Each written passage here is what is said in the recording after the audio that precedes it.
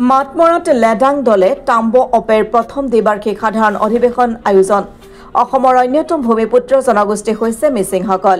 এই মিচিংসকলৰ এটা গুৰুত্বপূৰ্ণ বংশ হৈছে লেডাং দলে টাম্ব অপে।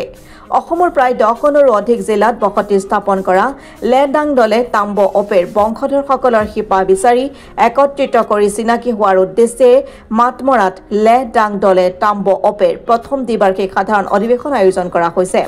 প্ৰয়াত মিন দলেৰ লত্তাত অহা ইংৰাজী 22 আৰু 23 মাৰ্চ তাৰিখে অনুষ্ঠিত হ'বলগীয়া অধিৱেশনখনিত স্মৃতি গ্ৰন্থ লেডাং দলে টাম্ব অপেৰ বংশাৱলী নামৰ দুখন গ্ৰন্থ উন্মোচন কৰাৰ লগতে টাম্ব দলে অপে ইতিহাস আৰু দলে বংশৰ উৎপত্তি ইতিবৃত্ত এই দুটা বিষয়ত আলোচনা চক্ৰ হ'ব। এই অনুষ্ঠানতে সাহিত্য সাংস্কৃতিক প্ৰতিযোগিতা গুমৰাগ নৃত্যও প্ৰদৰ্শিত হ'ব। মুকলি সভাত উপস্থিত থাকিব বিধায়ক নৱকুমাৰ দলে, মিচিং স্বায়ত্তশাসিত পৰিষদৰ অধ্যক্ষ সুনীল পেগু, লেডাং দলে টাম্ব অপেৰ সভাপতি বিলাপ চন্দ্ৰ দলেৰ লগতে কেইবাগৰাকীও বিশিষ্ট ব্যক্তি।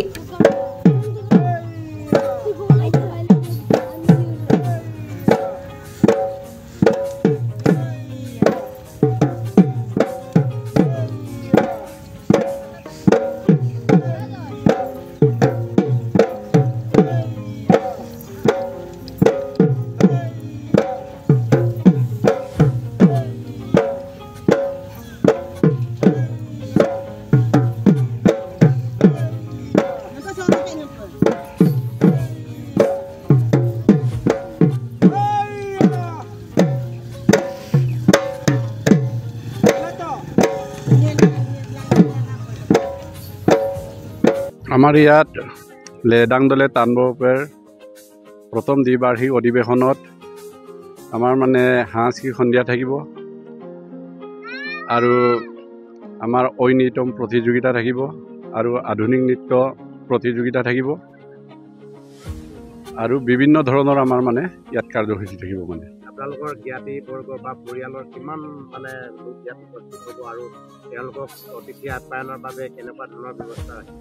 আমি ঐবতনা সমিতিৰ ফালৰ পৰা মানে আমাৰ লেডাং দলে টাম্ব অপেৰ গোটেই অসমত মানে য'ত সিঁচৰিত হৈ আছে এই সকলোবিলাক আমি আপোনালোকৰ এই চেনেলৰ যোগেদি আমি আহিবৰ কাৰণে আহ্বান জনাইছোঁ আৰু যিসকলে আহিব ইয়াত আমাৰ প্ৰতিনিধিবৰ্গৰ মানে থাকিবৰ কাৰণে আমাৰ সুবিধা কৰা হৈছে আৰু আমাৰ মানমৰা অঞ্চলত আমাৰ পৰিয়ালবৰ্গ যিমান আছে সেই গোটেইখিনিত মানে অসমৰ আমাৰ বিভিন্ন জিলাত ধৰক ধেমাজি, লখিমপুৰ, গোলাঘাট, তেজপুৰ, ডিব্ৰুগড়, তিনিচুকীয়া সেইখিনি আমাৰ মানে লেডাং দলে টাম্ব অপেৰ পৰিয়ালবৰ্গ সিঁচৰিত আছে। সেই সকলোখিনি আহিলে মানে আমি ইয়াত থাকিব পৰাকৈ আমি অন্ততঃ ঢকুৱাখানা ৰাইজে মানে সম্পূৰ্ণ মানে আমি প্ৰস্তুত হৈ আছোঁ। মানে ইয়াতে আমাৰ কাৰ্যসূচী হ'ব বিশেষকৈ আমি অসমৰ মাননীয় ঢকুৱাখানাৰ বিধায়ক তেওঁক আমি মুখ্য অতিথি হিচাপে মাতিছোঁ আৰু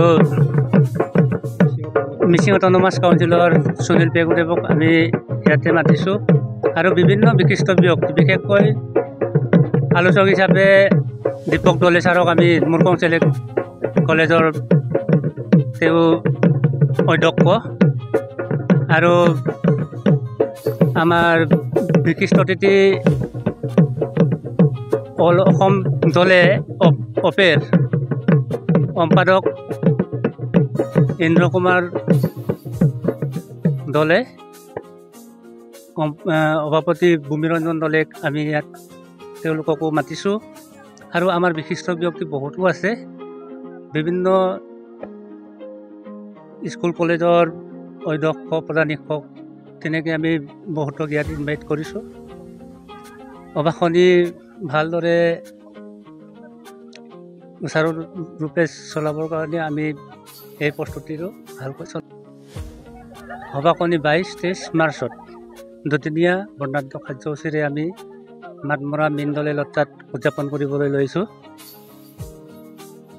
এই কাৰ্যসূচীত আমি বিশেষকৈ নৱপ্ৰজন্মক উদ্গনি দিয়া, তেওঁলোক বিভিন্ন এলেকা থকাৰ কাৰণে বিশেষকৈ আমাৰ অপেৰ বংশাৱলীৰ মানুহবোৰে অসমৰ বিভিন্ন ঠাইত 13খন নে কিমানখন জিলাত অৱস্থিত। তেওঁলোকৰ চিনা পৰিচয় এতিয়ালৈ আমি ভালকৈ নাজানো কোনে দেউতা কোন দেউতা বুলি মাতিবলগীয়াজনকো আমি ভাই তেনেকুৱা টাইপত খেলি মেলিকৈ মাতি আছোঁ সেইবোৰৰ আহু সুৰক্ষাৰ্থে আহু সমাধানৰ বাবে আমি বংশাৱলী এখন প্ৰস্তুত কৰিছোঁ এই বংশাৱলীখন এই অধিৱেশনখনতে আমি গ্ৰন্থখন উন্মোচন কৰা হ'ব তাৰ লগতে আমি স্মৰণিকা পত্ৰ এখনো তাতে আলোচনী স্মৃতি গ্ৰন্থ চিৰজীৱনৰ কাৰণে ৰৈ থাকিবৰ কাৰণে তেওঁলোকৰ বংশক তেওঁলোকে চিনি পাওক এই উদ্দেশ্যেৰে আমি এই সভাখন দুদিনীয়া অধিৱেশনখনি আমি অনুষ্ঠিত কৰিছোঁ